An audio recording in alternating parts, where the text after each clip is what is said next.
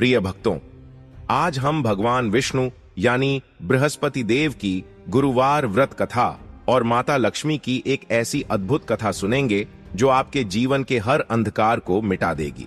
मित्रों, जब इंसान चारों तरफ से हार जाता है और अपने भी साथ छोड़ देते हैं, तब केवल ईश्वर का सहारा ही उसे पार लगाता है।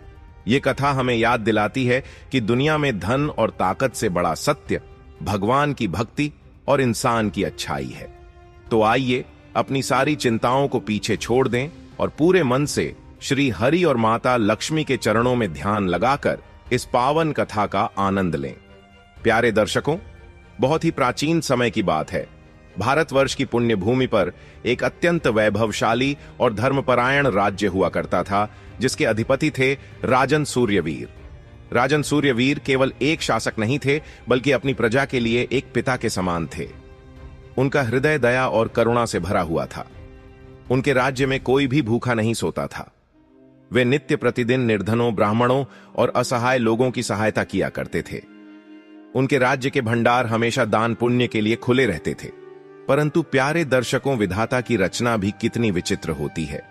जहां एक ओर राजन सूर्यवीर धर्म के मार्ग पर चलते थे, वहीं उनकी अर्धांगिनी रानी तेजस्विनी का स्वभाव उनसे बिल्कुल विपरीत था। रानी तेजस्विनी को न तो दान पुण्य में कोई विश्वास था और न ही वे ईश्वर की आराधना में अपना समय व्यतीत करती थीं। उन्हें अपनी धन संपत्ति और अपने रूप का अत्यंत अहंकार था। जब भी राजन सूर्यवीर किसी निर्धन को दान देते, तो रानी के हृदय में क्रोध की ज्वाला भड़क उठती। वह हमेशा राजा को यह कहकर रोकती थीं कि इस प्रकार धन लुटाने से एक दिन राजकोष खाली हो जाएगा। अहंकार जब मनुष्य के मन में घर कर लेता है, तो उसकी बुद्धि भ्रष्ट हो जाती है और वह सही और गलत का अंतर भूल जाता है। रानी तेजस्विनी के साथ भी यही हो रहा था। एक दिन की बात है, राजन सूर्यवीर शिकार खेलने के लिए घने वन की ओर प्रस्थान कर गए थे।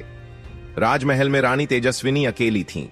तभी परम कृपालु भगवान बृहस्पति देव, जिन्हें अपने भक्तों के अहंकार को तोड़कर उन्हें सही मार्ग पर लाना होता है, एक अत्यंत वृद्ध और तेजवान साधु का वेश धारण करके राजमहल के द्वार पर भिक्षा मांगने आए। साधु महाराज ने द्वार पर खड़े होकर अलख जगाई और भिक्षा की याचना की। रानी तेजस्विनी, जो पहले से ही दान पुण्य से चिढ़ती थीं, साधु को देखकर अत्यंत क्रोधित हो उठीं।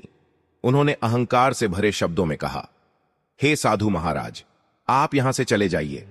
मैं इस दान पुण्य के कार्यों से अत्यंत तंग आ चुकी हूं। मेरे पति दिन रात अपना सारा धन लुटाते रहते हैं।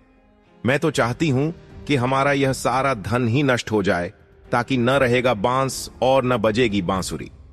कम से कम उसके बाद कोई मेरे द्वार पर भिक्षा मांगने तो नहीं आएगा। रानी के ऐसे कठोर और अज्ञानता से भरे वचन सुनकर साधु महाराज मुस्कुराए। उन्होंने अत्यंत शांत और गंभीर स्वर में कहा, हे देवी, तुम तो बड़ी ही विचित्र इंसान हो। इस संसार में ऐसा कौन सा प्राणी है जो धन और संतान की इच्छा नहीं रखता? पुत्र और लक्ष्मी तो पापी से पापी मनुष्य भी अपने घर में चाहता है। यदि विधाता ने तुम्हें आवश्यकता से अधिक धन दिया है, तो उस धन का अहंकार करने के बजाय उसे शुभ कार्यों में लगाओ। भूखों के लिए भोजन की व्यवस्था करो, प्यासों के लिए जल का प्रबंध करो, यात्रियों के लिए विश्राम गृह बनवाओ। जो निर्धन माता पिता अपनी कुंवारी कन्याओं का विवाह नहीं कर सकते, उनका विवाह संपन्न कराओ। ऐसे कई महान कार्य हैं जिन्हें करने से तुम्हारा यश इस लोक में ही नहीं बल्कि परलोक में भी फैलेगा और तुम्हारी आत्मा को सच्ची शांति मिलेगी। परंतु अहंकार के मद में अंधी हो चुकी रानी तेजस्विनी पर साधु के इन अनमोल उपदेशों का कोई प्रभाव नहीं पड़ा। वह झुंझलाते हुए बोली, महाराज, आप मुझे व्यर्थ का ज्ञान न दें। मुझे ऐसा धन बिल्कुल नहीं चाहिए जिसे मुझे दूसरों में बांटना पड़े। मैं तो बस इतना चाहती हूं कि यह धन किसी तरह समाप्त हो जाए। साधु के वेश में स्वयं भगवान बृहस्पति देव रानी के पतन का मार्ग देख रहे थे। उन्होंने कहा, यदि तुम्हारी यही इच्छा है तो तथास्तु।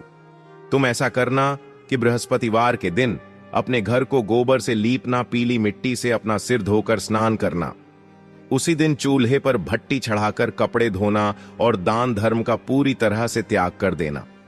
यदि तुम ऐसा करोगी तो कुछ ही समय में तुम्हारा सारा धन नष्ट हो जाएगा। इतना कहकर वह साधु वहां से अंतर्ध्यान हो गए। रानी को यह बात बहुत आसान लगी और उसने साधु के बताए अनुसार ही कार्य करना आरंभ कर दिया। वह हर बृहस्पतिवार को घर लीपती, पीली मिट्टी से बाल धोती और कपड़े धोती। अभी केवल 3 ही बृहस्पतिवार बीते थे कि विधाता का ऐसा कठोर चक्र चला कि राजमहल की सारी धन संपत्ति देखते ही देखते नष्ट हो गई। राजकोष खाली हो गया और वह परिवार जो कल तक सोने की थालियों में भोजन करता था, आज 2 वक्त की रोटी के लिए तरसने लगा। अकाल और विपत्ति ने उस राज्य को अपनी चपेट में ले लिया। राजन सूर्यवीर, जो कभी चक्रवर्ती सम्राट हुआ करते थे, आज अपनी आंखों के सामने अपने परिवार को भूखा मरते देख अंदर तक टूट गए। एक दिन उन्होंने अत्यंत दुखी मन से अपनी रानी से कहा, हे तेजस्विनी, अब यहां रहना हमारे लिए संभव नहीं है। इस नगर में सभी मुझे एक राजा के रूप में जानते हैं, इसलिए मैं यहां कोई छोटा और साधारण कार्य भी नहीं कर सकता। मैं किसी दूसरे देश जाता हूं ताकि वहां कोई परिश्रम करके अपना और तुम्हारा पेट पाल सकूं। ऐसा कहकर राजन सूर्यवीर अपनी जन्मभूमि छोड़कर एक अनजान प्रदेश की ओर चले गए। वहां जाकर उस महान राजा ने जंगल से लकड़ियां काटने का कार्य आरंभ किया। वह लकड़हारा बनकर दिन भर वन में पेड़ काटते और शाम को उन लकड़ियों को शहर में बेचकर जो कुछ मिलता उसी से अपना जीवन व्यतीत करने लगे। नियति का यह खेल कितना अद्भुत होता है। जो राजा कल तक दूसरों को दान देता था, वह आज स्वयं अपने पसीने की कमाई से 2 दाने अनाज के लिए संघर्ष कर रहा था।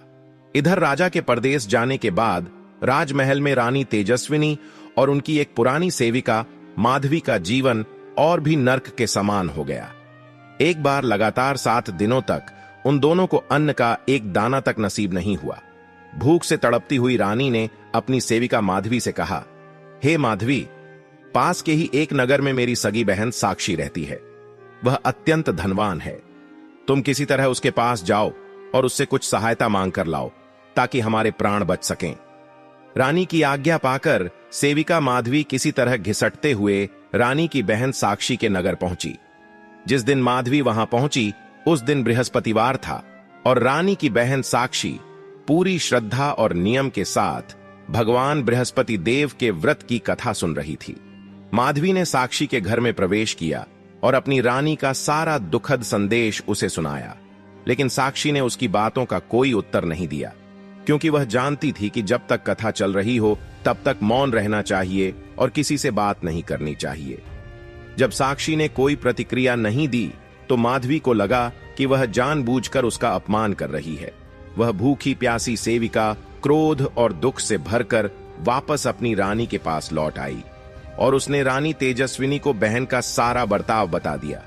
यह सुनकर रानी तेजस्विनी फूट फूट कर रोने लगी और अपने दुर्भाग्य को कोसने लगी। उधर जब साक्षी की कथा और पूजन समाप्त हुआ तो उसने सोचा कि मेरी बहन की सेविका इतनी दूर से मेरे पास आई थी और मैंने उससे बात तक नहीं की, वह अवश्य ही बहुत दुखी हुई होगी। यह सोचकर साक्षी तुरंत अपनी बहन तेजस्विनी के घर के लिए निकल पड़ी। जब वह अपनी बहन के पास पहुंची तो उसने कहा, हे बहन तेजस्विनी, मेरी बात का बुरा मत मानना।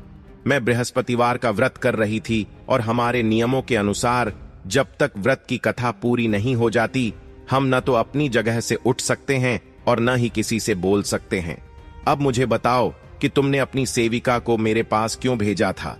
रानी तेजस्विनी की आंखों से आंसुओं की धारा बह निकली। उसने सिसकते हुए कहा, हे बहन, अब तुमसे क्या छिपाना। हमारे घर में 7 दिनों से अन्न का एक दाना नहीं है। हम भूख से तड़प रहे हैं। उसने अपने पतन और राजा के परदेश जाने की सारी व्यथा विस्तार से अपनी बहन को सुना दी। साक्षी ने अपनी बहन को गले से लगा लिया और उसे सांत्वना देते हुए बोली, हे बहन, तू चिंता मत कर। मेरे आराध्य भगवान बृहस्पति देव अत्यंत कृपालु हैं। वे अपने भक्तों की सभी मनोकामनाएं पूर्ण करते हैं और उनके दुख दूर करते हैं। मेरा मन कहता है कि आज भगवान की कृपा से तुम्हारे घर में कहीं न कहीं अनाज अवश्य रखा होगा। रानी तेजस्विनी को अपनी बहन की बात पर बिल्कुल विश्वास नहीं हुआ, क्योंकि उसने स्वयं घर का कोना कोना छान मारा था। परंतु बहन के बहुत जोर देने पर उसने माधवी को घर के अंदर एक पुरानी कोठरी में देखने भेजा। माधवी जब अंदर गई तो उसकी आंखें फटी की फटी रह गईं। वहां एक बड़ा सा घड़ा अनाज से लबालब भरा हुआ रखा था। यह चमत्कार देखकर माधवी दौड़ी दौड़ी बाहर आई और उसने रानी को यह शुभ समाचार दिया। माधवी ने रानी से कहा, हे महारानी, जब हम भूख से तड़पते हैं तो एक तरह से हम भी तो भूखे रहकर व्रत ही करते हैं, तो क्यों ना हम आपकी बहन से इस चमत्कारी बृहस्पतिवार के व्रत की विधि और कथा पूछ लें, ताकि हम भी नियम से भगवान की पूजा कर सकें और हमारे भी दिन फिर जाएं। रानी तेजस्विनी को भी यह बात सही लगी। उसने अपनी बहन साक्षी से हाथ जोड़कर बृहस्पतिवार के व्रत की पूरी विधि पूछी। साक्षी ने अत्यंत प्रेम से समझाया, हे बहन, बृहस्पतिवार के दिन सुबह उठकर स्नान करना चाहिए। केले के पेड़ की जड़ में भगवान विष्णु का स्मरण करते हुए जल चढ़ाना चाहिए। चने की दाल और मुनक्के से भगवान का पूजन करना चाहिए। एक शुद्ध घी का दीपक जलाकर भगवान बृहस्पति देव की कथा सुननी चाहिए और इस दिन केवल पीला भोजन ही ग्रहण करना चाहिए।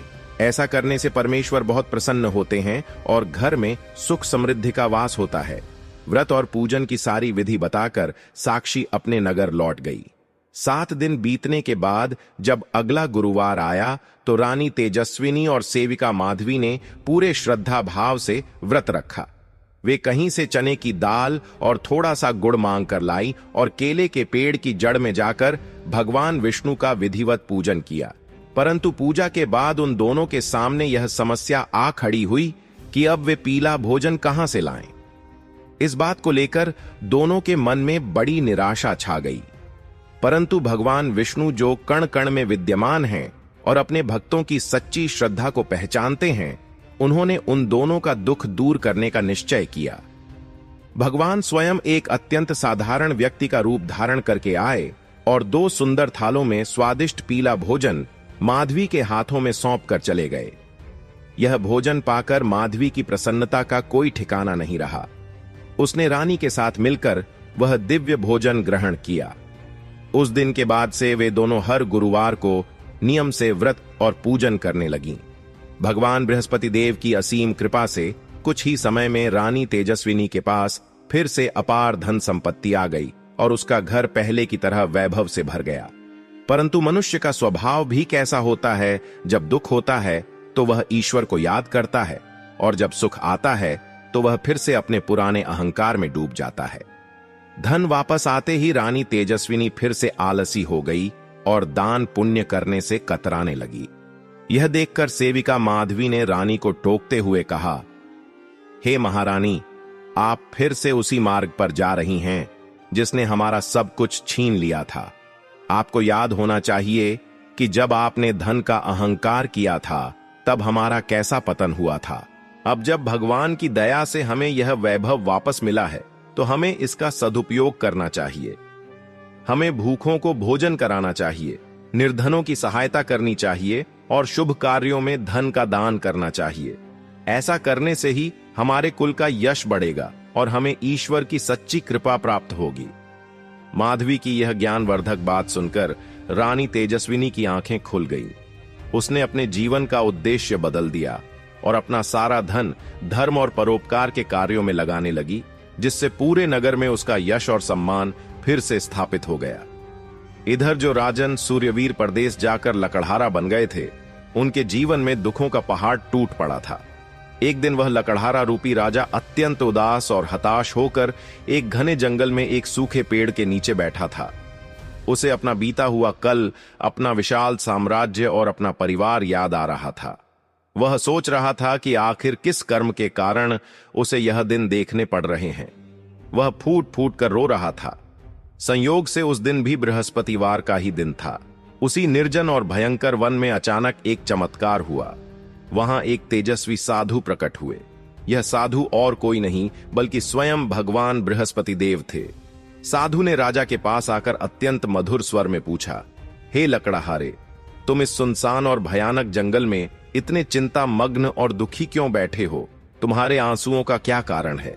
लकड़हारे ने खड़े होकर दोनों हाथ जोड़कर उन साधु महाराज को साष्टांग प्रणाम किया और रूंधे हुए गले से कहा, हे महात्मा, आप तो सर्वज्ञानी हैं, आप सब कुछ जानते हैं, मैं आपको अपनी क्या व्यथा सुनाऊं? फिर भी राजा ने अपने पतन की सारी आत्मकथा उन साधु महाराज के सामने रख दी। राजा की पूरी बात सुनने के बाद महात्मा जी ने गंभीर स्वर में कहा, हे राजन, तुम्हारी पत्नी ने अज्ञानतावश बृहस्पतिवार के दिन भगवान बृहस्पति देव का निरादर किया था। उसी महान अपराध के कारण भगवान रुष्ट हो गए और तुम्हारी यह दयनीय दशा हो गई। परंतु अब तुम अपने मन से सारी चिंताएं निकाल दो।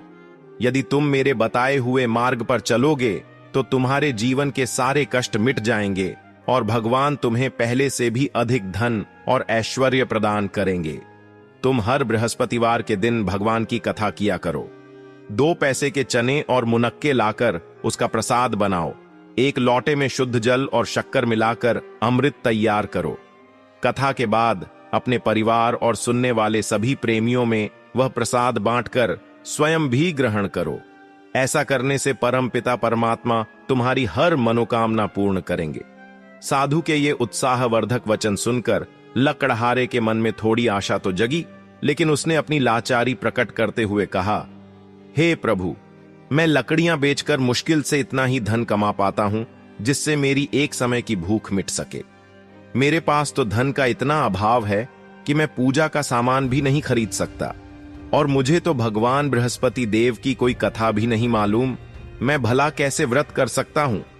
साधु महाराज मुस्कुराए और उन्होंने राजा के कंधे पर हाथ रखते हुए कहा, हे लकड़हारे, तुम किसी भी बात की चिंता मत करो। भगवान अपने भक्तों के लिए सारे मार्ग स्वयं खोल देते हैं।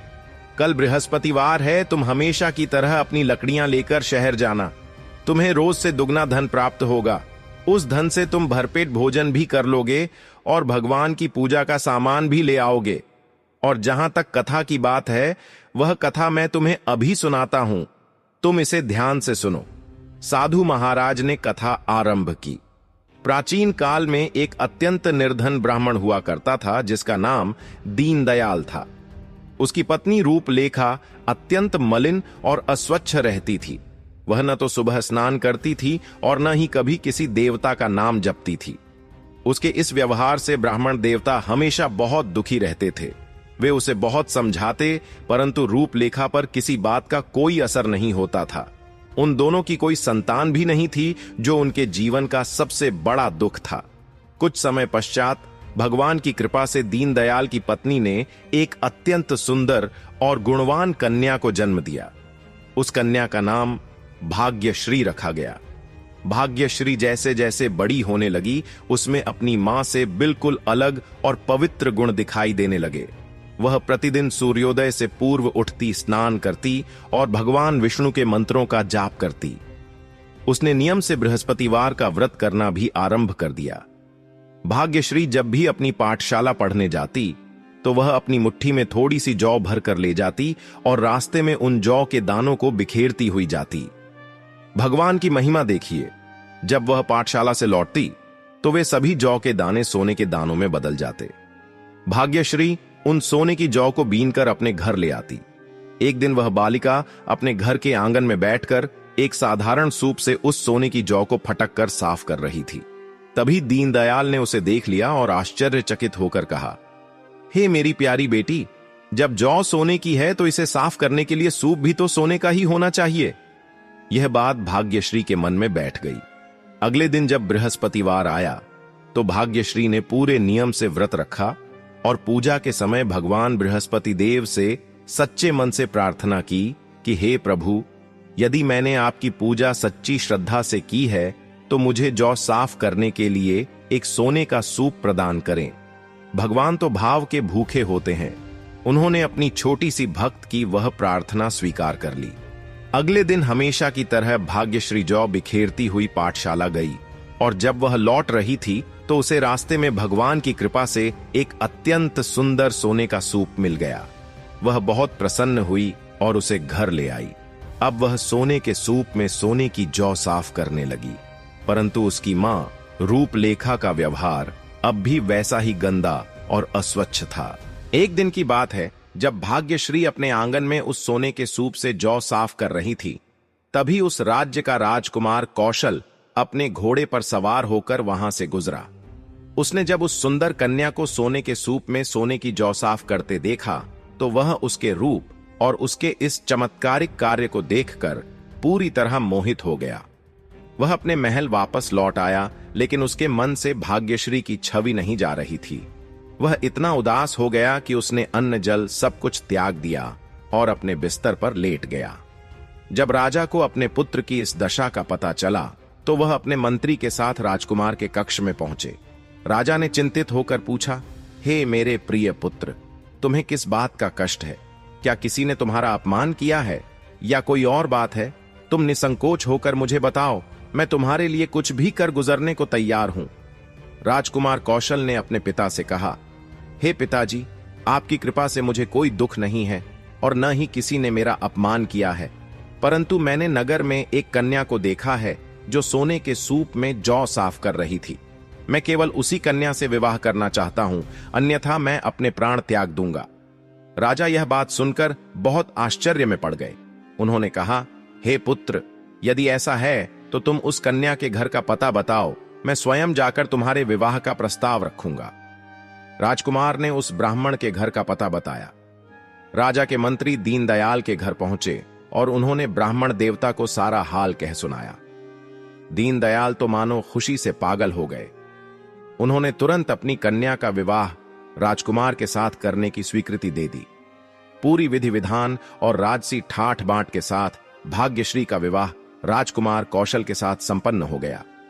परंतु प्यारे दर्शकों, विधाता का चक्र देखिए। जैसे ही वह भाग्यशाली कन्या अपने घर से विदा होकर ससुराल गई, दीनदयाल के घर में फिर से भयंकर गरीबी और दरिद्रता का वास हो गया। अब उनके पास खाने के लिए अन्न का एक दाना भी नहीं बचा। कुछ दिन इसी तरह कष्ट में बिताने के बाद दीनदयाल अत्यंत दुखी होकर अपनी पुत्री के महल में गए। भाग्यश्री ने जब अपने पिता को ऐसे फटे पुराने कपड़ों और दयनीय अवस्था में देखा तो उसका हृदय रो पड़ा। उसने अपनी मां का हाल पूछा तो ब्राह्मण ने घर की सारी दुखद स्थिति बता दी। भाग्यश्री ने अपने पिता को बहुत सारा धन और स्वर्ण मुद्राएं देकर सम्मान के साथ विदा किया। कुछ समय तक तो दीनदयाल का जीवन सुख से बीता, लेकिन क्योंकि उनकी पत्नी रूपलेखा ने अपनी गंदी आदतें नहीं छोड़ी थीं, इसलिए कुछ ही समय बाद वह सारा धन नष्ट हो गया और वे फिर से दाने दाने को मोहताज हो गए। ब्राह्मण देवता फिर से अपनी कन्या के पास पहुंचे और अपनी लाचारी बताई। इस बार भाग्यश्री ने कहा, हे पिताजी, आप ऐसा कीजिए कि माताजी को भी यहीं मेरे पास ले आइए। मैं उन्हें कुछ ऐसे नियम और विधियां बताऊंगी जिससे उनकी सारी दरिद्रता हमेशा के लिए दूर हो जाएगी। दीनदयाल अपनी पत्नी रूपलेखा को लेकर पुत्री के महल में आ गए। भाग्यश्री ने अपनी मां को बहुत प्रेम से समझाया, हे मां, तुम सुबह जल्दी उठकर स्नान किया करो और भगवान विष्णु का पूजन किया करो। ऐसा करने से तुम्हारे जीवन के सारे कष्ट दूर हो जाएंगे। परंतु रूपलेखा की बुद्धि पर तो जैसे पत्थर पड़े हुए थे। उसने अपनी पुत्री की एक भी बात नहीं मानी। इसके विपरीत उसने अगली सुबह उठकर बिना स्नान किए ही अपनी पुत्री के बच्चों की छोड़ी हुई जूठन खा ली। यह देखकर भाग्यश्री को अत्यंत क्रोध आया। उसने कठोर कदम उठाते हुए एक रात अपनी मां को एक खाली कोठरी में बंद कर दिया और वहां से खाने पीने का सारा सामान हटा दिया। अगले दिन सुबह उसने अपनी मां को कोठरी से बाहर निकाला, उसे जबरदस्ती स्नान करवाया और उससे भगवान की पूजा करवाई। इस कठोरता का परिणाम यह हुआ कि रूपलेखा की बुद्धि शुद्ध हो गई। उसे अपनी गलतियों का एहसास हुआ और वह प्रतिदिन नियम से स्नान करके पूजा पाठ करने लगी। वह हर बृहस्पतिवार को व्रत भी रखने लगी।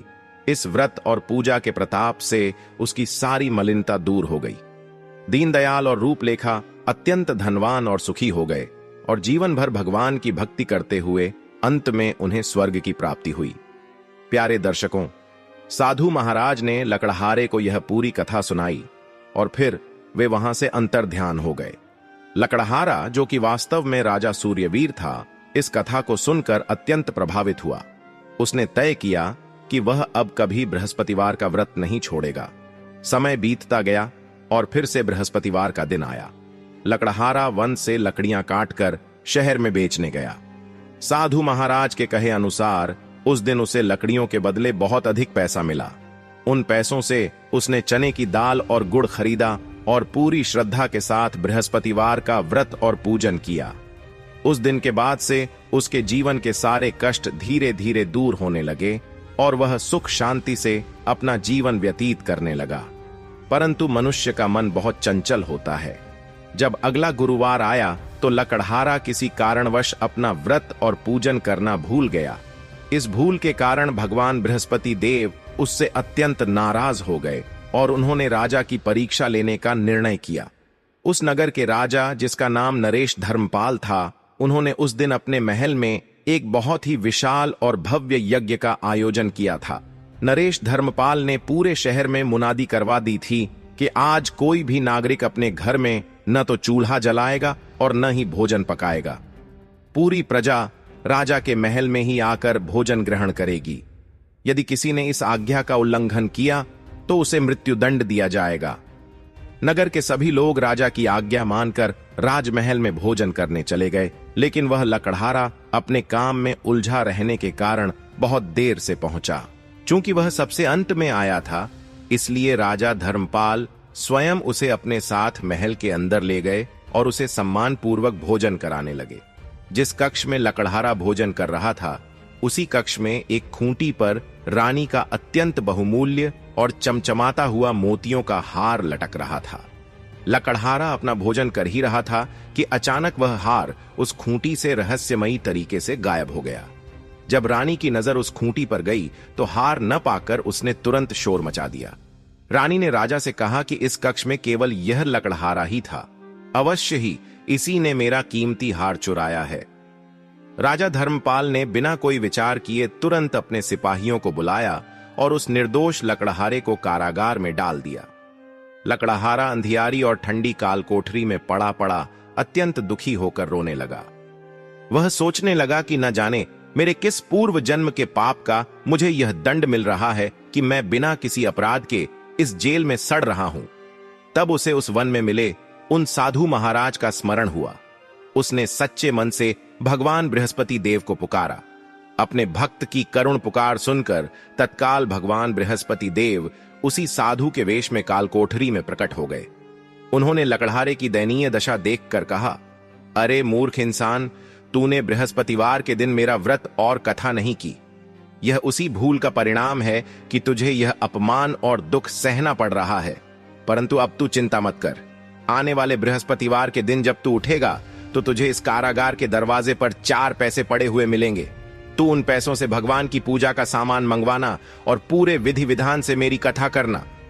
तेरे ऊपर लगा हुआ यह चोरी का कलंक धुल जाएगा और तू यहां से आजाद हो जाएगा। लकड़हारे ने साधु महाराज के कहे अनुसार ही किया। बृहस्पतिवार के दिन उसे सचमुच दरवाजे पर 4 पैसे मिले। उसने कारागार के रक्षक से विनती करके चने और गुड़ मंगवाए और पूरी श्रद्धा के साथ भगवान की कथा और पूजन किया। उसी रात भगवान बृहस्पति देव ने राजा धर्मपाल के स्वप्न में दर्शन दिए।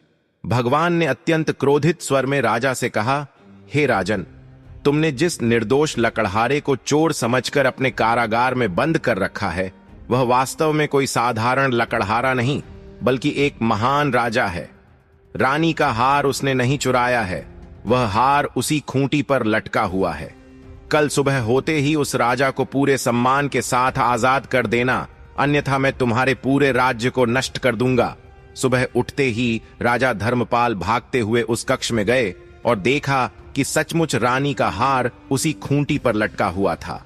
राजा को अपनी भूल पर बहुत पश्चाताप हुआ।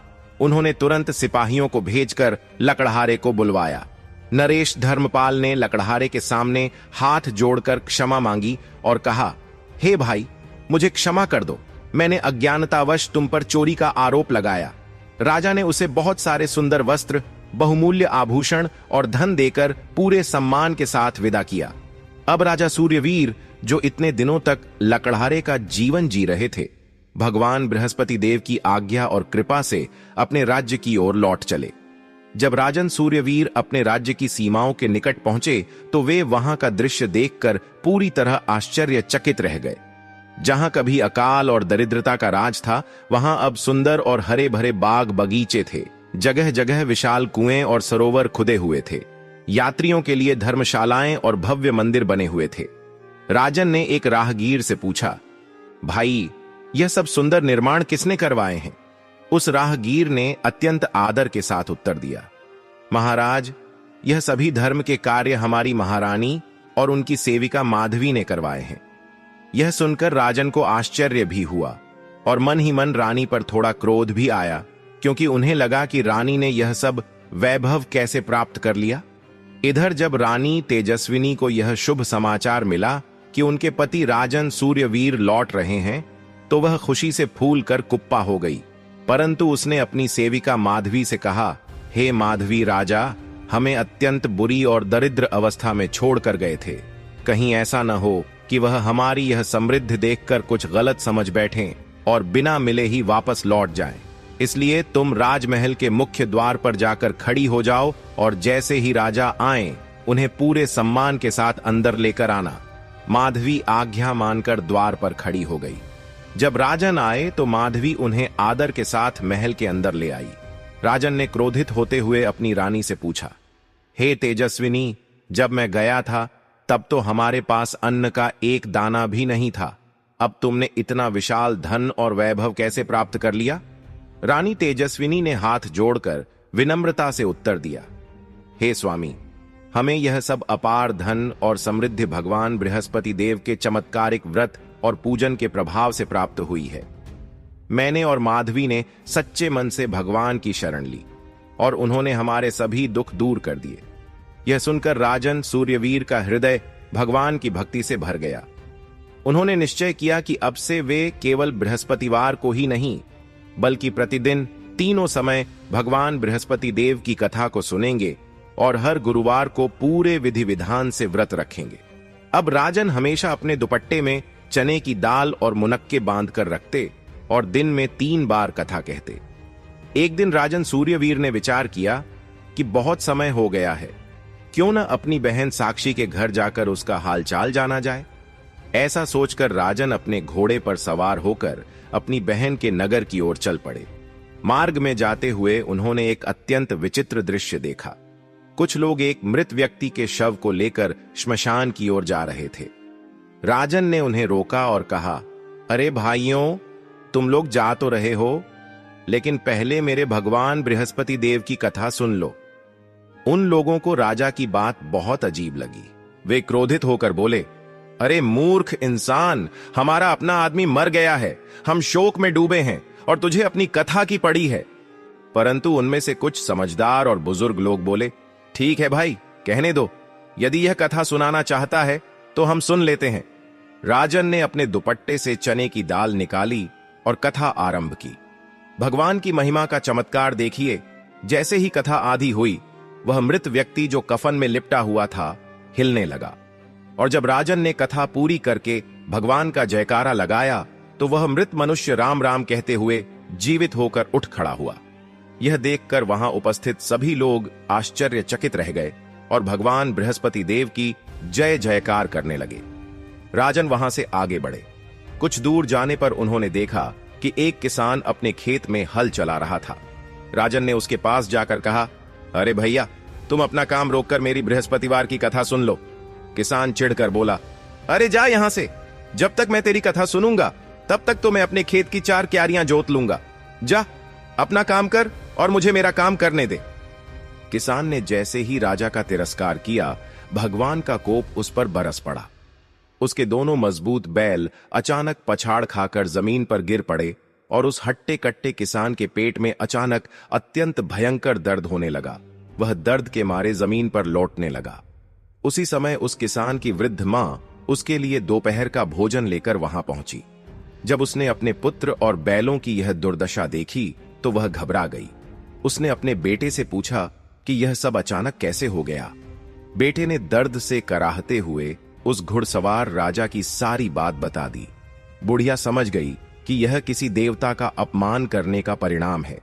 वह दौड़ी दौड़ी राजन सूर्यवीर के पास गई और उनके पैरों में गिरकर बोली, हे महाराज, मेरे पुत्र की अज्ञानता को क्षमा कर दीजिए। मैं आपकी कथा पूरे ध्यान से सुनूंगी। आप कृपया मेरे खेत पर चलकर मुझे वह कथा सुनाएं। राजन ने उस बुढ़िया के खेत पर जाकर कथा सुनाई। कथा समाप्त होते ही भगवान की कृपा से वे दोनों मरे हुए बैल उठकर खड़े हो गए और किसान के पेट का सारा दर्द भी बिल्कुल गायब हो गया। इस प्रकार भगवान की महिमा का प्रचार करते हुए राजन सूर्यवीर अपनी बहन साक्षी के घर पहुंचे। साक्षी ने अपने भाई को देखकर बहुत प्रसन्नता प्रकट की और उसकी खूब खातिरदारी की। अगले दिन सुबह जब राजन सोकर उठे तो उन्होंने देखा कि घर के सभी लोग भोजन कर रहे हैं। राजन ने अपनी बहन से कहा, हे बहन, क्या तुम्हारे घर या आस पड़ोस में कोई ऐसा व्यक्ति है जिसने अभी तक भोजन न किया हो? मैं उसे अपने भगवान बृहस्पति देव की कथा सुनाना चाहता हूं। साक्षी ने उत्तर दिया, हे भैया, हमारे इस नगर का रिवाज है कि यहां लोग सबसे पहले सुबह उठकर भोजन करते हैं और उसके बाद ही कोई अन्य कार्य करते हैं। फिर भी मैं पड़ोस में जाकर देख आती हूं, शायद कोई मिल जाए। साक्षी पूरा पड़ोस घूम आई, परंतु उसे कोई ऐसा व्यक्ति नहीं मिला जिसने कुछ न खाया हो। अंत में वह एक कुम्हार के घर गई।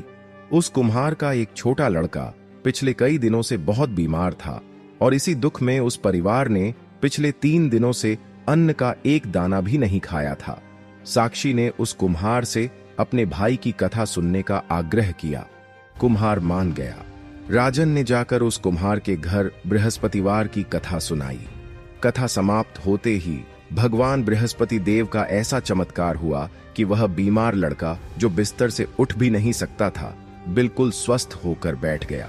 इस चमत्कार को देखकर पूरे नगर में राजन और भगवान बृहस्पति देव की महिमा की प्रशंसा होने लगी। कुछ दिनों तक अपनी बहन के घर रहने के बाद राजन ने साक्षी से कहा, हे बहन, अब मैं अपने राज्य लौटना चाहता हूं। तुम भी मेरे साथ चलो और कुछ दिन मेरे महल में रहकर आओ। साक्षी ने अपनी सास से अनुमति मांगी। सास ने ताना मारते हुए कहा, हां हां चली जा, परंतु अपने बच्चों को अपने साथ मत ले जाना, क्योंकि तेरे भाई की कोई औलाद नहीं है, वह बांझ है। यह बात साक्षी ने अपने भाई से कह दी। उसने कहा, हे भैया, मैं तो तुम्हारे साथ चलूंगी, परंतु मेरा कोई भी बच्चा हमारे साथ नहीं जाएगा। राजन को यह सुनकर अत्यंत दुख हुआ। उसने कहा, जब तुम्हारे बच्चे ही साथ नहीं जाएंगे तो तुम्हारा भी वहां जाकर क्या काम? यह कहकर राजन भारी और दुखी मन से अकेले ही अपने राज्य की ओर लौट आए। अपने महल में पहुंचकर राजन ने अत्यंत उदास होकर अपनी रानी तेजस्विनी से कहा, हे रानी, हमारा जीवन व्यर्थ है। हम निपुते और निर्वशी हैं। संसार के लोग हमारा मुंह देखना भी अशुभ मानते हैं। आज मैं बहुत दुखी हूं और मैं कोई भोजन नहीं करूंगा। रानी तेजस्विनी, जो अब भगवान की अनन्य भक्त बन चुकी थी, उसने बहुत ही प्रेम और विश्वास के साथ राजा को समझाया, हे स्वामी, आप इतना निराश क्यों होते हैं? जिस परमपिता भगवान बृहस्पति देव ने हमारा नष्ट हुआ सारा वैभव हमें वापस लौटा दिया, क्या वह हमें संतान का सुख नहीं दे सकते? आप उन पर पूर्ण विश्वास रखिए, वे हमारी झोली अवश्य भरेंगे। उसी रात करुणा के सागर भगवान बृहस्पति देव ने राजन सूर्यवीर को स्वप्न में दर्शन दिए और कहा, हे राजन, उठो और अपने मन से यह सारा शोक निकाल दो। तुम्हारी रानी जल्द ही गर्भवती होगी और तुम्हें एक अत्यंत तेजस्वी पुत्र की प्राप्ति होगी। यह शुभ स्वप्न देखकर राजन की खुशी का कोई ठिकाना नहीं रहा। समय बीता और भगवान की कृपा से रानी तेजस्विनी के गर्भ से 9वें महीने में एक अत्यंत सुंदर और तेजवान पुत्र ने जन्म लिया। पूरे राज्य में खुशियां मनाई जाने लगीं। तब राजन ने अपनी पत्नी से मजाक में कहा, हे रानी, औरत बिना भोजन के तो रह सकती है, परंतु बिना कोई बात कहे नहीं रह सकती। जब मेरी बहन साक्षी यहां बधाई देने आएगी तो तुम उससे कोई भी कठोर बात मत कहना। रानी ने सहमति में सिर हिला दिया। जब साक्षी ने अपने भाई के घर पुत्र जन्म का यह शुभ समाचार सुना तो वह बहुत प्रसन्न हुई और बहुत सारे उपहार लेकर अपने भाई के महल में आई। जैसे ही वह पहुंची, रानी तेजस्विनी ने उसे देखते ही कह दिया, हे बहन, तुम जब आई हो तो घोड़े पर चढ़कर तो नहीं आई हो, गधे पर चढ़कर आई हो। यह एक प्रकार का ताना था। साक्षी मुस्कुराई और अत्यंत विनम्रता से बोली, हे भाभी, आप बिल्कुल सत्य कह रही हैं। यदि मैं उस दिन आपको वह ताना न मारती और आपको दुख न होता तो क्या आप लोग भगवान बृहस्पति देव की इतनी गहरी भक्ति करते और क्या आपको यह संतान प्राप्त होती?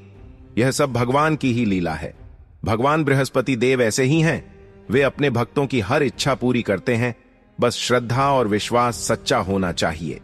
प्रिय भक्त जनों, जो भी मनुष्य पूरी सद्भावना और सच्चे हृदय से हर बृहस्पतिवार का व्रत करता है, इस परम पावन कथा को पढ़ता है, सुनता है या दूसरों को सुनाता है, भगवान बृहस्पति देव उसके जीवन के सारे कष्ट हर लेते हैं। जैसे राजन सूर्यवीर रानी, तेजस्विनी, दीनदयाल और भाग्यश्री के जीवन में भगवान ने चमत्कार किए, वैसे ही वे आप सभी के जीवन में भी अपनी कृपा की वर्षा करेंगे। भगवान बृहस्पति देव आपकी सदैव रक्षा करें और आपके जीवन को सुख, शांति और समृद्धि से भर दें। प्यारे दर्शकों, भगवान विष्णु के स्वरूप बृहस्पति देव की महिमा श्रवण करने के पश्चात अब समय है जीवन के उस दूसरे और अत्यंत महत्वपूर्ण पहलू को जानने का, जिसे हम ऐश्वर्य, धन और सौभाग्य कहते हैं। क्या आपने कभी यह सोचा है कि जिस वैभव को मनुष्य जीवन भर दौड़ धूप करके इकट्ठा करता है, वह अचानक बिना किसी कारण के नष्ट क्यों हो जाता है? क्या आपने कभी विचार किया है कि गुरुवार के दिन माता लक्ष्मी की आराधना का क्या महत्व है? अब हम आगे जिस कथा के पावन प्रवाह में गोते लगाने जा रहे हैं, वह कोई साधारण कथा नहीं है। यह कहानी साक्षात मोक्ष और असीम शांति का द्वार है। यह कथा गुरुवार के पावन दिन माता लक्ष्मी की उस दिव्य और रहस्यमयी लीला से जुड़ी है, जिसे पूरे ध्यान से सुनने मात्र से मनुष्य के जीवन के सभी दुख और दरिद्रता हमेशा के लिए नष्ट हो जाते हैं। प्यारे दर्शकों, जैसा कि हमने आपको बताया, गुरुवार का यह दिन भगवान श्री हरि विष्णु और उनकी अर्धांगिनी माता महालक्ष्मी की संयुक्त कृपा का सबसे पवित्र दिन माना जाता है। यह वह समय होता है जब बैकुंठ लोक से देवताओं की कृपा सीधे पृथ्वी पर बरसती है। जो भी भक्त इस दिन सच्चे और निर्मल हृदय से माता लक्ष्मी की आराधना करते हैं, उनके जीवन में ऐसा ओज, ऐसी शांति और ऐसा अटूट सौभाग्य आता है, जो जन्म जन्मांतर तक उनके साथ छाया की तरह रहता है। हमारे शास्त्र कहते हैं कि जब संसार में अधर्म का बोलबाला होने लगता है, जब लोगों के दिलों से श्रद्धा और विश्वास कम होने लगता है, जब घर में स्त्रियों का सम्मान घटना शुरू हो जाता है और जब संतान अपने माता पिता की आज्ञा का उल्लंघन करने लगती है, तब साक्षात माता लक्ष्मी अपनी करुणा से भक्तों का मार्ग प्रशस्त करती हैं। माता केवल धन या स्वर्ण की देवी नहीं है, वे तो ममता, दया, क्षमता और सौभाग्य का मूर्त स्वरूप हैं। मित्रों, अब एक कहानी और सुनिए। बहुत ही प्राचीन काल की बात है। भारतवर्ष की पुण्य भूमि पर स्वर्णगिरि नाम का एक अत्यंत विशाल और वैभवशाली नगर हुआ करता था। स्वर्णगिरि नगर इतना सुंदर और भव्य था कि इसकी तुलना स्वर्ग में स्थित देवराज इंद्र की अमरावती से की जाती थी। इस नगर के चारों ओर लहलहाते हरे भरे खेत आसमान को चूमते हुए, भव्य महल और सुगंधित पुष्पों से लदे हुए बगीचे इसकी शोभा में चार चांद लगाते थे। इस महान नगर के चक्रवर्ती सम्राट थे महाराज वीरेंद्र। महाराज वीरेंद्र न केवल रणभूमि के एक अजेय और वीर योद्धा थे, बल्कि वे अत्यंत धर्मपरायण, न्यायप्रिय और अपनी प्रजा के सुख दुख का पूरा ध्यान रखने वाले शासक थे। उनके राज दरबार में कभी किसी चीज का कोई अभाव नहीं रहा। उनके राजकोष स्वर्ण मुद्राओं, बहुमूल्य हीरो मोतियों और दुर्लभ मणियों से इस प्रकार लबालब भरे हुए थे कि उन्हें देखकर ऐसा प्रतीत होता था मानो कुबेर का खजाना यहीं आ गया हो। स्वर्णगिरि नगर को देखकर हर कोई यही कहता था कि स्वयं माता लक्ष्मी ने यहां अपना स्थायी निवास बना लिया है। महाराज वीरेंद्र की पत्नी महारानी भाग्यवती साक्षात धर्म और करुणा की प्रतिमूर्ति थीं। वे माता लक्ष्मी और भगवान विष्णु की अनन्य उपासिका थीं। महारानी भाग्यवती का दिन ब्रह्म मुहूर्त में ही ईश्वर के ध्यान और पूजा पाठ से आरंभ होता था। वे प्रतिदिन स्वर्ण कलशों में सुगंधित जल भरकर माता लक्ष्मी का अभिषेक करती थीं। राज्य के निर्धनों और असहायों को अपने हाथों से दान देती थीं और नगर के मंदिरों में जाकर पूरी प्रजा की सुख शांति के लिए मन्नतें मांगती थीं। महाराज और महारानी का जीवन बहुत ही सुखमय और आदर्श रूप में बीत रहा था। उनके इस सुख की पूर्णता तब हुई जब उनके आंगन में एक अत्यंत तेजस्वी और कांतिवान बालक ने जन्म लिया। उस बालक का नाम रखा गया राजकुमार मोहन। मोहन इतना सुंदर और प्रभावशाली बालक था कि जो भी उसे एक बार देखता, उसकी नजरें उसी पर ठहर जाती थीं। कई वर्षों तक सब कुछ एक सुंदर स्वप्न की भांति चलता रहा। प्रजा पूरी तरह सुखी थी। राजकोष धन धान्य से परिपूर्ण था और परिवार में अपार प्रेम था। लेकिन प्रिय श्रोताओं, समय का चक्र बड़ा ही विचित्र और बलवान होता है। कहते हैं कि जब इंसान के पास उसकी आवश्यकता और उसकी मानसिक क्षमता से अधिक वैभव आ जाता है और जब वह उस वैभव को अपनी ही बुद्धि और बाहुबल का परिणाम समझने लगता है, तब धीरे धीरे उसके भीतर अहंकार रूपी विषैला पौधा जन्म लेने लगता है। महाराज वीरेंद्र के साथ भी बिल्कुल यही हुआ। सफलता और धन के सर्वोच्च शिखर पर पहुंचकर उनके मन में यह भ्रम घर करने लगा कि यह सारा साम्राज्य, यह धन और यह शांति सब कुछ केवल और केवल उनकी अपनी योग्यता का परिणाम है। उन्हें लगने लगा कि संसार में उनसे अधिक शक्तिशाली और धनवान राजा और कोई नहीं है। वह धन जिसका उपयोग कभी दान धर्म और प्रजा की भलाई के लिए होता था, अब महाराज वीरेंद्र उसे अपनी विलासिता और झूठे प्रदर्शन में खर्च करने लगे। उनका स्वभाव इतना कठोर और अहंकारी हो गया कि वे धर्म कर्म का मजाक उड़ाने लगे। जब भी महारानी भाग्यवती माता लक्ष्मी के मंदिर जाती या दान करती तो महाराज उन्हें अपशब्द कहते और उनका तिरस्कार करते। दुख की बात तो यह थी कि पिता के इस अहंकारी आचरण का प्रभाव अब युवा होते हुए राजकुमार मोहन पर भी पड़ने लगा था। जो मोहन कभी अपनी माता भाग्यवती के पास बैठकर भक्ति के गीत और कथाएं सुनता था, अब वह भी अपने पिता के साथ अधर्म और विलासिता के मार्ग पर चल पड़ा था। वह भी निरंकुश होकर प्रजा पर अत्याचार करने लगा और धन को पानी की तरह व्यर्थ के भोग विलास में बहाने लगा। महारानी भाग्यवती यह सब देखकर अंदर ही अंदर पूरी तरह टूट चुकी थीं। उनका हृदय रोता था, क्योंकि वे जानती थीं कि जिस घर में या जिस राज्य में स्त्री का अपमान होता है और धर्म का उपहास उड़ाया जाता है, वहां से माता लक्ष्मी सदा के लिए अपना मुख मोड़ लेती हैं। स्वर्णगिरि नगर जो कभी वैदिक मंत्रों की पवित्र ध्वनि से गूंजता था, अब वहां मदिरा पान जुए और अशांति का हाहाकार मचने लगा था।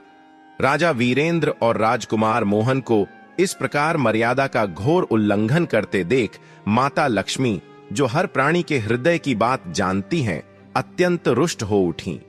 उन्होंने तय कर लिया कि अब इस स्वर्णगिरि नगर और अहंकार में अंधे हो चुके महाराज वीरेंद्र को उनके कर्मों का फल छकाने का समय आ गया है। धीरे धीरे उस वैभवशाली स्वर्णगिरि नगर के आकाश पर संकट और विनाश के काले बादल छाने लगे। प्रिय श्रोताओं, जैसे ही माता लक्ष्मी ने अपनी कृपा दृष्टि स्वर्णगिरि नगर से हटाई, वैसे ही पूरे राज्य का सौभाग्य मानो किसी अथाह खाई में गिरने लगा। जो राजकोष कभी कुबेर के खजाने की तरह जगमगाते रहते थे, उनमें एक अजीब सा डरावना सन्नाटा छाने लगा। महाराज वीरेंद्र, जो अपने अहंकार के नशे में चूर थे, उन्हें शुरुआत में लगा कि यह व्यापार में होने वाला कोई साधारण घाटा है जिसे वे अपनी चतुर कूटनीति से ठीक कर लेंगे। लेकिन वे यह भूल गए थे कि जब विधाता की लाठी बिना आवाज किए पड़ती है तो संसार की कोई भी बुद्धि और चालाकी काम नहीं आती। सबसे पहले प्रकृति ने अपना विनाशकारी कोप दिखाना आरंभ किया। स्वर्णगिरि नगर की जिस उपजाऊ धरती से कभी सोना उपजता था, जहां के खेत हमेशा हरियाली से लदे रहते थे, वहां अचानक एक भयंकर और जानलेवा अकाल पड़ गया। बादलों ने मानो उस नगर से अपनी दुश्मनी निकाल ली हो। एक बूंद भी पानी नहीं बरसा। नदियां और सरोवर सूखने लगे और जिस निर्मल जल को लोग अमृत मानकर पीते थे, उसकी एक एक बूंद के लिए पूरे नगर में त्राही त्राही मच गई। पशु पक्षी प्यास और भूख से तड़प तड़प कर दम तोड़ने लगे। प्रजा, जिसे महाराज वीरेंद्र कभी अपनी संतान मानते थे और जिनके प्रति वे अब पूरी तरह निर्दयी हो चुके थे, वह दाने दाने को मोहताज हो गई। लेकिन महाराज का अहंकार अभी भी इतना प्रबल था कि उन्होंने अपनी तड़पती प्रजा की सहायता करने के बजाय अपने स्वर्ण भंडारों के विशाल दरवाजे हमेशा के लिए बंद करवा दिए।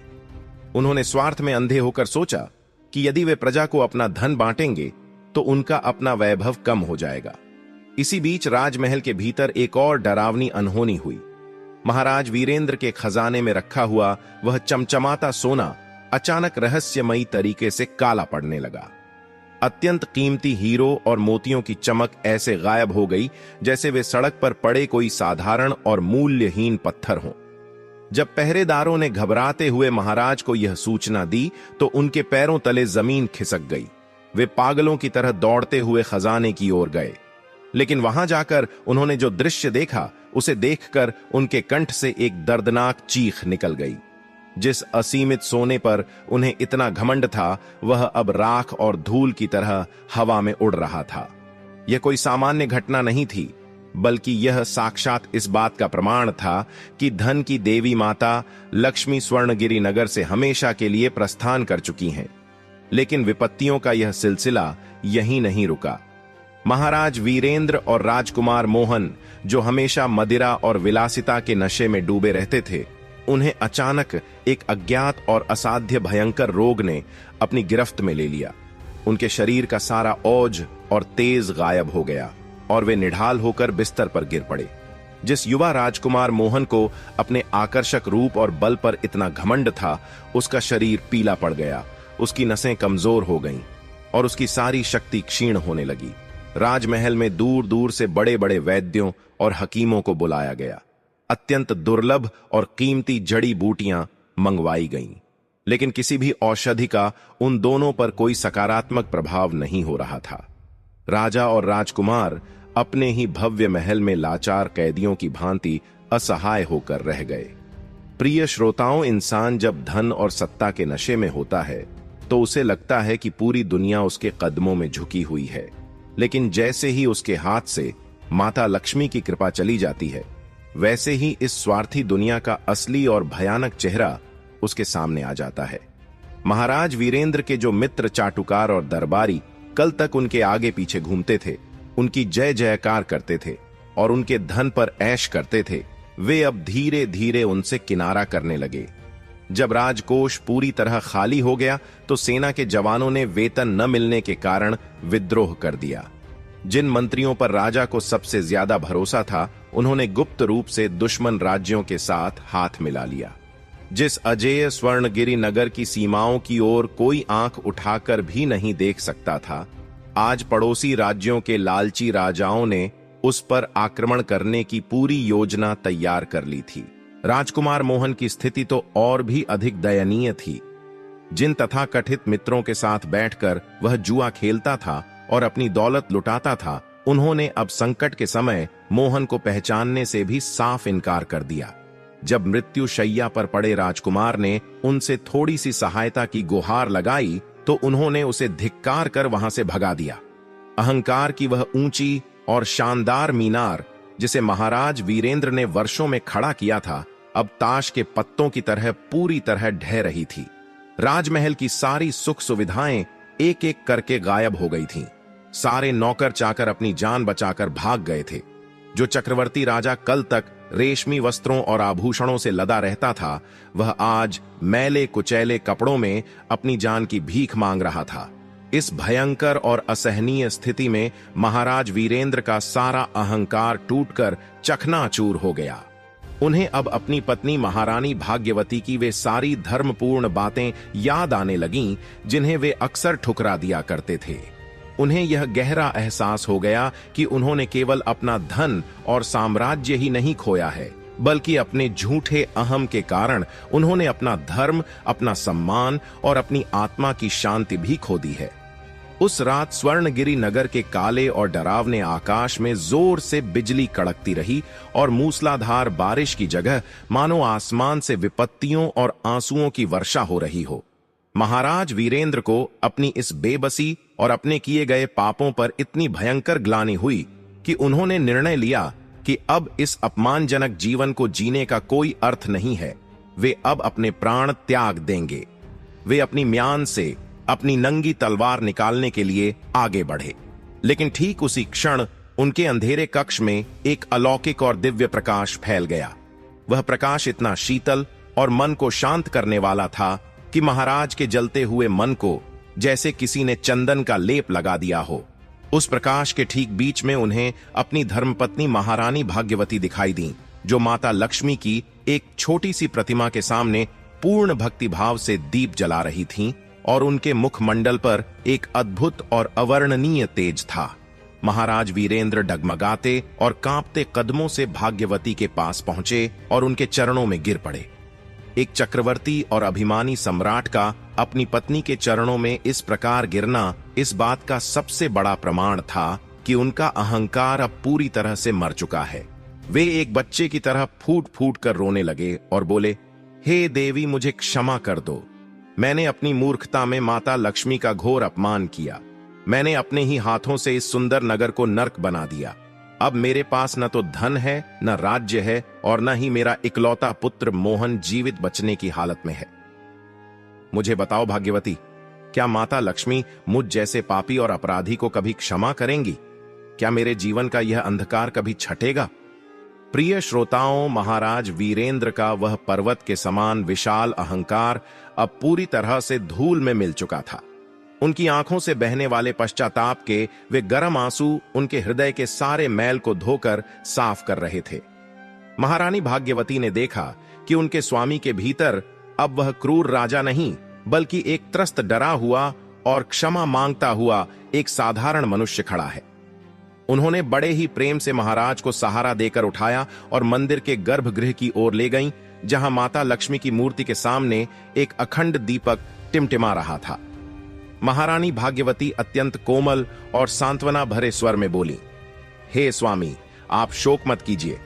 हमारी माता लक्ष्मी केवल दंड देने वाली कठोर देवी नहीं है, बल्कि वे तो करुणा और ममता का अथाह सागर हैं। यदि अज्ञानतावश अपराध मनुष्य करता है तो प्रायश्चित का मार्ग भी वे दयामयी माता ही दिखाती हैं। आज गुरुवार का अत्यंत पावन दिन है, जो भगवान श्री विष्णु और माता लक्ष्मी की कृपा प्राप्त करने का सबसे शुभ दिन माना जाता है। इस घने अंधकार के बीच भी हमारे पास एक प्रकाश की किरण शेष है, और वह है माता लक्ष्मी का गुरुवार का व्रत और उनकी अनन्य भक्ति। महाराज वीरेंद्र की रुंधी हुई और कांपती आवाज गूंजी, हे भाग्यवती, क्या माता मुझ जैसे दुष्ट को स्वीकार करेंगी? मैंने तो उनके दिए हुए धन का बुरी तरह अपमान किया है। मैंने निर्दोष और भूखी प्रजा को कष्ट दिया है, और मेरा पुत्र मोहन आज मृत्यु की कगार पर खड़ा है। क्या मेरी इस टूटी फूटी भक्ति में इतनी शक्ति होगी कि मैं इस महाविनाश को रोक सकूं? महारानी ने उन्हें धीरज बंधाते हुए कहा, हे स्वामी, सच्ची भक्ति में वह सामर्थ्य है जो नियति की लिखी हुई कठोर लकीरों को भी बदल सकती है। बस शर्त केवल इतनी है कि आपका मन पूरी तरह निर्मल हो और आपके हृदय में पश्चाताप की अग्नि सच्ची भावना से जल रही हो। आज से ही हम दोनों मिलकर गुरुवार के इस महाव्रत का संकल्प लेंगे। अभी राजा और रानी के बीच यह संवाद चल ही रहा था कि अचानक राजमहल के उस भारी और पुराने मुख्य द्वार पर किसी के बहुत जोर से दस्तक देने की आवाज सुनाई दी। स्वर्णगिरी नगर के उस वीरान और खामोश महल में, जहां से सारे सेवक और दरबारी बहुत पहले भाग चुके थे, आधी रात के समय इस अचानक हुई दस्तक ने महाराज को बुरी तरह चौंका दिया। महाराज वीरेंद्र स्वयं उस द्वार को खोलने के लिए आगे बढ़े। जैसे ही उन्होंने द्वार खोला, उन्होंने देखा कि बाहर एक अत्यंत वृद्ध और दुर्बल सी ब्राह्मण महिला खड़ी थी। उसके वस्त्र बहुत फटे पुराने थे, उसके चेहरे पर अनगिनत झुर्रियां थीं, लेकिन उसकी आंखों में एक ऐसी रहस्यमयी और अलौकिक चमक थी जिसे देखकर महाराज का सिर स्वतः ही उसके सम्मान में झुक गया। उस वृद्ध महिला ने बहुत ही कांपती हुई आवाज में कहा, हे पुत्र, मैं बहुत दूर से यात्रा करके आ रही हूं। प्यास के मारे मेरा गला सूख रहा है और कई दिनों की भूख से मेरे प्राण निकले जा रहे हैं। क्या इस विशाल और शानदार राजमहल में मुझ जैसी एक भूखी बुढ़िया के लिए पीने को पानी की एक बूंद और खाने को अन्न का एक दाना मिल सकता है? यह सुनकर महाराज वीरेंद्र का हृदय ग्लानि और शर्म से भर उठा। कल तक जिस राजा के भंडार घर में सोने और चांदी की थालियां 56 भोग से भरी रहती थीं, आज उसके पास उस बेचारी वृद्धा को देने के लिए एक सूखा फल तक नहीं था। वे हाथ जोड़कर और सिर झुकाकर बोले, हे माता, मेरा दुर्भाग्य देखिए। मैं इस नगर का राजा हूं, लेकिन आज मेरे पास आपको देने के लिए कुछ भी नहीं है। मेरे सारे भंडार खाली पड़े हैं और मेरा घर विपत्तियों और मृत्यु का केंद्र बन गया है। तभी पीछे से महारानी भाग्यवती आईं। उन्होंने उस वृद्धा को बहुत ही सम्मान के साथ अंदर बुलाया और बैठने के लिए एक स्वच्छ आसन दिया। भाग्यवती तुरंत अपनी रसोई की ओर गईं और वहां की राख को कुरेदा, जहां केवल मुट्ठी भर सूखे चावल और एक छोटे से बर्तन में थोड़ा सा पानी बचा हुआ था, जो उन्होंने अपने व्रत के संकल्प के लिए रखा था। महारानी ने बिना किसी संकोच और बिना किसी स्वार्थ के वह सब कुछ लाकर उस वृद्ध महिला के सामने रख दिया और अत्यंत प्रेम से बोली, हे माता, हमारे पास जो कुछ भी है वह सब आपका ही है। कृपया इसे स्वीकार करें और हम अभागों को अपना आशीर्वाद दें।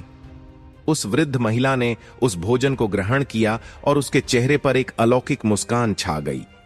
वह कोई साधारण महिला नहीं थी, बल्कि स्वयं माता लक्ष्मी थीं, जो अपने भक्तों की परीक्षा लेने आई थीं। भोजन करने के पश्चात वह वृद्धा अचानक एक तेज प्रकाश पुंज में बदल गई और वहां से अंतर ध्यान हो गई। उस रात के बाद महाराज वीरेंद्र के भीतर एक नई ऊर्जा और एक सकारात्मक शक्ति का संचार हुआ। अगले कुछ दिन महाराज और महारानी ने अत्यंत संयम और तपस्या के साथ बिताए। महाराज ने अपने राजसी और रेशमी वस्त्र हमेशा के लिए त्याग दिए और एक साधारण मनुष्य की तरह सूती वस्त्र धारण किए। वे अब स्वयं नगर की सूनी और धूल भरी गलियों में जाते, अपनी बीमार और भूखी प्रजा के दुख दर्द सुनते और उन सभी से हाथ जोड़कर अपने पुराने व्यवहार के लिए क्षमा मांगते। प्रजा जो कल तक अपने राजा से घृणा करने लगी थी, राजा की इस सच्ची विनम्रता और बदलाव को देखकर अंदर ही अंदर पिघलने लगी। लेकिन प्रिय श्रोताओं, परमात्मा की परीक्षा अभी समाप्त नहीं हुई थी। राजकुमार मोहन की शारीरिक स्थिति और भी अधिक बिगड़ने लगी। उसके शरीर का नीलापन अब कालेपन में बदलता जा रहा था और राजवैद्यों ने साफ कह दिया था कि अब केवल कोई बड़ा चमत्कार ही इसके प्राण बचा सकता है। महाराज वीरेंद्र के लिए यह उनके जीवन की सबसे कठिन और मार्मिक घड़ी थी। एक तरफ माता लक्ष्मी की भक्ति और विश्वास का मार्ग था और दूसरी तरफ उनके इकलौते पुत्र के प्राण पखेरु उड़ने को तैयार थे। जब अगले गुरुवार का वह पावन दिन आया तो महाराज वीरेंद्र और महारानी भाग्यवती दोनों नगर के बाहर स्थित उस पुराने और सूखे सरोवर की ओर चल पड़े, जहां एक बहुत पुराना पीपल का पेड़ हुआ करता था। रास्ते में उन्हें बहुत सी कठिनाइयों का सामना करना पड़ा। कभी धूल भरी आंधी चलती जो उनकी आंखों को अंधा कर देती, तो कभी रास्ते की कटीली झाड़ियां उनके पैरों को लहूलुहान कर देती। लेकिन महाराज के कदम अब जरा भी नहीं डगमगाए। उनके मन में केवल एक ही धुन सवार थी, किसी भी तरह माता लक्ष्मी की शरण प्राप्त करना। जब वे दोनों उस सूखे सरोवर पर पहुंचे तो वहां का दृश्य अत्यंत हृदय विदारक और निराशाजनक था। चारों ओर केवल सूखी मिट्टी थी, जिसमें बड़ी बड़ी दरारें पड़ चुकी थीं। लेकिन महाराज ने हार नहीं मानी। जैसे ही महाराज ने पूर्ण श्रद्धा भाव से उस सूखे पीपल के वृक्ष को छुआ और आंखें बंद करके ओम महालक्ष्म्यै नमः का तीव्र जाप करना आरंभ किया, वहां एक अकल्पनीय चमत्कार घटित हुआ। उस मृत प्राय वृक्ष की सूखी टहनियों में अचानक हरी हरी कोंपलें फूटने लगीं और देखते ही देखते जमीन के भीतर से चीरती हुई पानी की एक अत्यंत निर्मल और मीठी धारा फूट पड़ी। प्रिय श्रोताओं, उस सूखे सरोवर की फटी हुई धरती से जब वह शीतल और दिव्य जल की धारा फूट पड़ी तो ऐसा लगा मानो स्वयं स्वर्णगिरी नगर की सोई हुई और मरी हुई नियति अचानक जाग उठी हो। महाराज वीरेंद्र के कांपते हुए हाथ उस जल को छूने के लिए आगे बढ़े, लेकिन जैसे ही उन्होंने उस पवित्र जल को स्पर्श किया, उन्हें अपने शरीर में एक बिजली सा झटका महसूस हुआ। वह जल कोई साधारण जल नहीं था, उसमें माता लक्ष्मी की असीम करुणा और भगवान विष्णु का परम तेज समाया हुआ था। उस जल को छूते ही महाराज के मन में अपनी बीती हुई विलासिता, अपने अहंकार और अपने पापों की यादें किसी चलचित्र की तरह घूमने लगीं।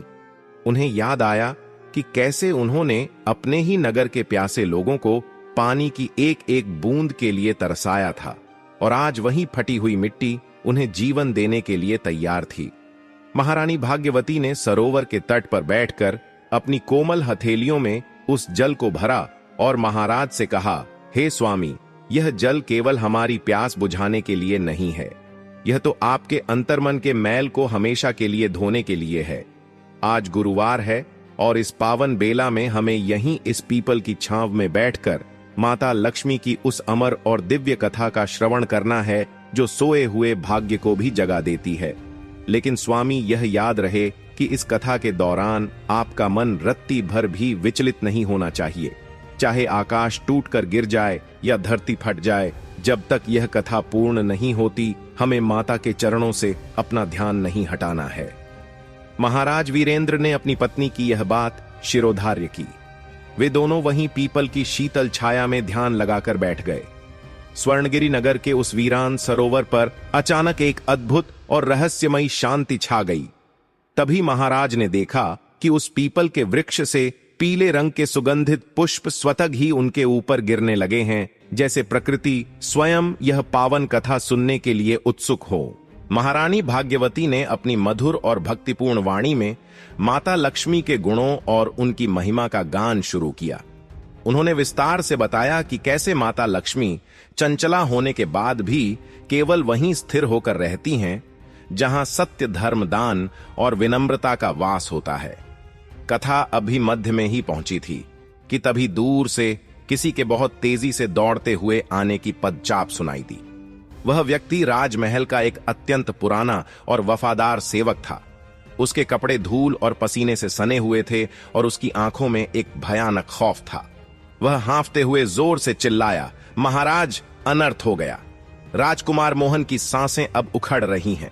वैद्यों ने अपने हाथ खड़े कर दिए हैं और कहा है कि अब राजकुमार के पास केवल कुछ ही क्षण शेष हैं। हे महारानी, चलिए और चलकर अपने पुत्र का अंतिम मुख देख लीजिए। सेवक की यह दर्दनाक पुकार किसी वज्रपात की तरह महाराज वीरेंद्र के कांपते हुए हृदय पर आ गिरी। एक पिता का मोह से भरा मन हाहाकार कर उठा।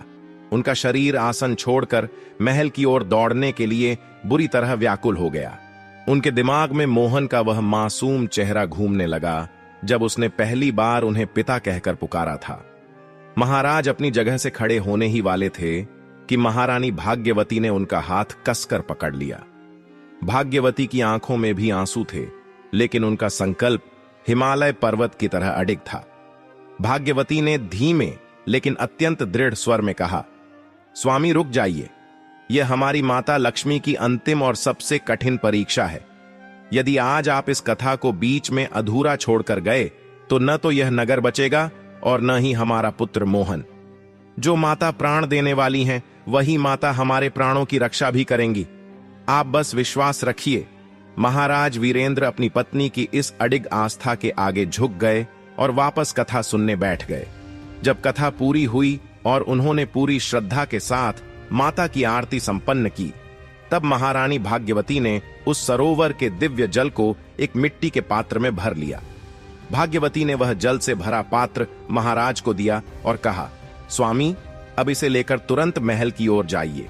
यह केवल जल नहीं है, यह हमारी माता का सबसे बड़ा प्रसाद है। इसे जाकर मोहन के मुख में डालिए और जो शेष जल बचे उसे पूरे नगर की सीमाओं पर छिड़क दीजिए। महाराज वीरेंद्र नंगे पैर पागलों की तरह महल की ओर दौड़े। उनके हाथ में वह मिट्टी का पात्र था जिसे उन्होंने अपने प्राणों से भी ज्यादा संभाल कर सीने से लगाया हुआ था। रास्ते में कई बार उनके पैर फिसले, नुकीले कंकड़ उनके पैरों में चुभे, लेकिन उनकी एकाग्रता और उनकी गति नहीं टूटी। जब वे महल के मुख्य द्वार पर पहुंचे तो वहां का डरावना सन्नाटा देखकर उनका कलेजा मुंह को आ गया। सेवक और दरबारी अपना सिर झुकाए खड़े थे, जैसे सब कुछ समाप्त हो चुका हो। प्रिय श्रोताओं, महाराज वीरेंद्र जब भागते हुए मोहन के कक्ष में पहुंचे तो उन्होंने देखा कि उनके पुत्र के निर्जीव से शरीर पर सफेद कफन डालने की पूरी तैयारी हो रही थी। महाराज के मुख से एक दिल दहला देने वाली चीख निकल गई, रुको, अभी मेरा पुत्र गया नहीं है। मेरी माता लक्ष्मी की कृपा अभी बाकी है। उन्होंने अपने डगमगाते और कांपते हाथों से उस दिव्य जल की कुछ बूंदें मोहन के सूखे और नीले पड़ चुके होठों पर डालीं। पूरे कक्ष में एक श्मशान जैसा सन्नाटा छा गया। हर कोई अपनी सांस रोके खड़ा था। कुछ क्षण ऐसे ही बीत गए, लेकिन शरीर में कोई हलचल नहीं हुई। लोग आपस में कानाफूसी करने लगे कि दुख के कारण राजा का मानसिक संतुलन पूरी तरह बिगड़ गया है। लेकिन तभी वहां एक ऐसा अकल्पनीय चमत्कार हुआ जिसे देखकर वहां उपस्थित हर एक व्यक्ति की आंखें फटी की फटी रह गईं। मोहन के शरीर का वह भयानक नीलापन, जो साक्षात मौत का संकेत था, धीरे धीरे एक सुंदर गुलाबी आभा में बदलने लगा। उसके बंद पड़े हाथ की उंगलियों में थोड़ी सी हरकत हुई और एक बहुत लंबी और गहरी सांस के साथ राजकुमार मोहन ने अपनी आंखें खोल दी। उसने अपने सामने खड़े पिता को देखा और बड़े ही मधुर और शांत स्वर में कहा, पिताजी, मैं कहां चला गया था? मुझे ऐसा लगा जैसे कोई अत्यंत सुंदर और करुणामयी देवी मुझे एक बहुत घने और डरावने अंधकार से निकालकर इस सुनहरी और जीवनदायी रोशनी में ले आई हैं। महाराज वीरेंद्र ने अपने पुत्र को छाती से लगा लिया और वे बच्चों की तरह फूट फूट कर रोने लगे। यह दुख के आंसू नहीं थे, बल्कि यह उस कृतज्ञता और प्रेम के आंसू थे जो एक सच्चे भक्त की भगवान के प्रति जीत पर निकलते हैं। लेकिन प्रिय श्रोताओं, माता का चमत्कार अभी यहीं नहीं रुका था। जैसे ही राजकुमार मोहन की आंखों में वह दिव्य चमक लौटी, मुझे ऐसा लगा मानो पूरे राजमहल की दीवारों से वह कालिख हमेशा के लिए उतर गई हो, जो वर्षों के अहंकार और पाप के कारण वहां जमी हुई थी। महाराज वीरेंद्र ने उस मिट्टी के पात्र में बचे हुए जल को महल के झरोखे से बाहर पूरे नगर की ओर छिड़क दिया। जल की उन बूंदों के गिरते ही स्वर्णगिरी नगर के आकाश में एक अत्यंत अद्भुत और स्वर्गिक दृश्य उत्पन्न हुआ। वह धूसर और काला डरावना आकाश, जो हफ्तों से अकाल की मार झेल रहा था, अचानक एक गहरे और साफ नीले रंग में बदल गया। ठंडी और सुगंधित हवाएं चलने लगीं। देखते ही देखते नगर के बाहर के उन सूखे खेतों में जहां मिट्टी फट चुकी थी, वहां से नन्ही और हरी कोंपलें फूटने लगीं। जो पेड़ पूरी तरह ठूंठ हो चुके थे, वे रसीले फलों के भार से लद गए। नगर के जो कुएं पूरी तरह सूख चुके थे, वे मीठे जल से कल कल करते हुए भर गए। स्वर्णगिरी नगर की प्रजा, जो कल तक अपनी मौत की प्रतीक्षा कर रही थी, वह अचंभित होकर अपने घरों से बाहर निकल आई। लोगों ने देखा कि उनके घर के आंगन में रखे खाली बर्तनों में अनाज अपने आप भर गया है और उनकी बरसों की दरिद्रता किसी कपूर की तरह हवा में उड़कर हमेशा के लिए गायब हो गई है। महाराज वीरेंद्र अपने पुत्र मोहन का हाथ थामकर महल की बालकनी में आए। उन्होंने देखा कि नीचे हजारों की संख्या में प्रजा खड़ी थी। उनके चेहरों पर अब भूख का भय नहीं था, बल्कि एक अपार कृतज्ञता और प्रेम था।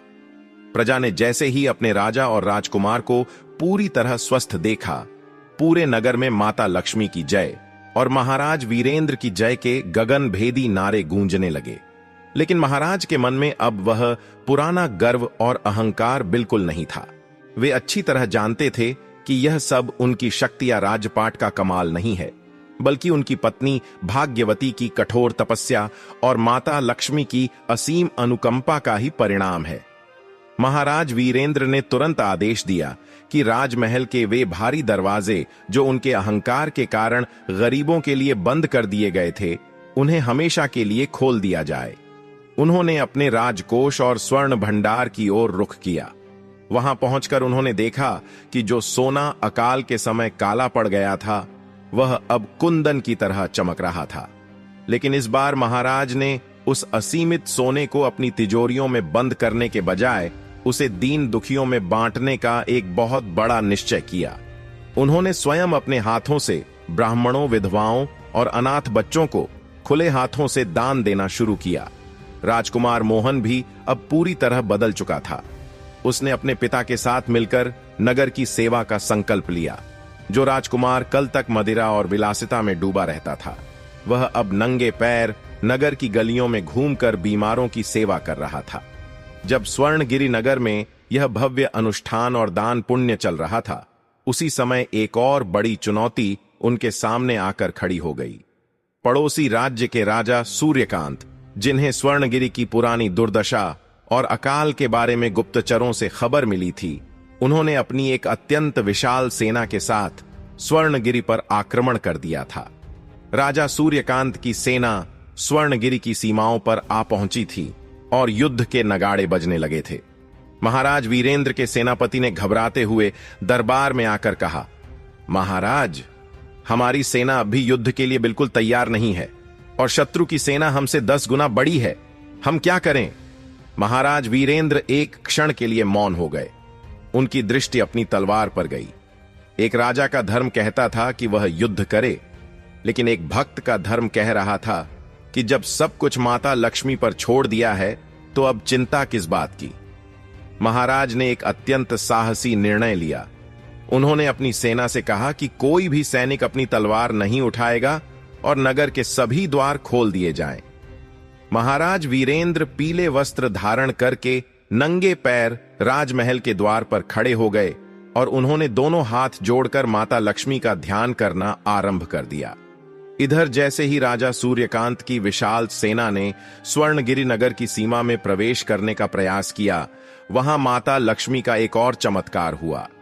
शत्रु सेना को अचानक अपने सामने एक अत्यंत विशाल और गहरी नदी दिखाई देने लगी, जिसमें पानी के बजाय पिघला हुआ स्वर्ण बह रहा था।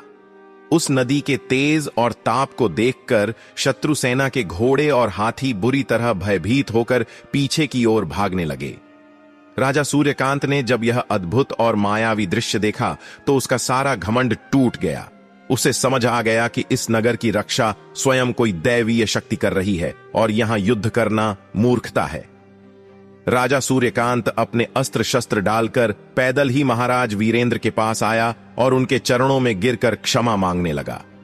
महाराज वीरेंद्र ने उसे बड़े ही प्रेम से गले लगाया और कहा, हे भाई, यह राज्य और यह वैभव हमारा नहीं है, यह तो सब माता की देन है। तुम भी उसी माता की शरण में आ जाओ। राजा सूर्यकांत भी माता लक्ष्मी का भक्त बन गया।